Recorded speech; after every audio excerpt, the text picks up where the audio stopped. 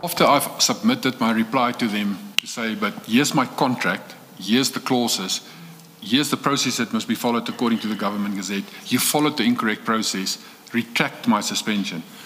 Then the 9th of May, the 9th of February, they actually served me then with a formal suspension letter. Exactly the same as the previous one, as if it's a template. Just now the clauses, it had clauses in which, if it wasn't, it is so funny when you read this, how the incompetence run in this department, is that now it states that I may not leave the city or the province unless I ask Mkonasi for permission.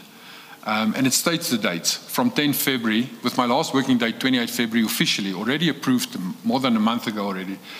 It states I may not leave the province, I may not leave the city until the 10th of May.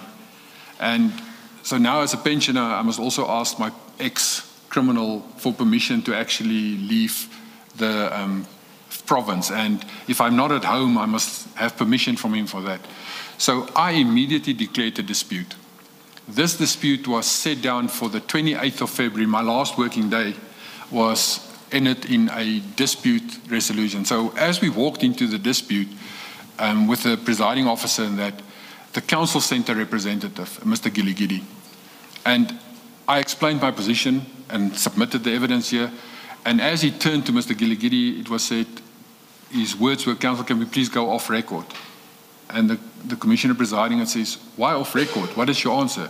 He said, "No, I was instructed to have no mandate to speak on this matter." So the conciliation certificate was immediately issued.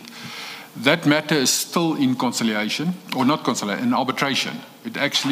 It's been postponed numerous times because of the council and that doesn't arrive, or there's always reasons why they don't arrive, or submit documents very late.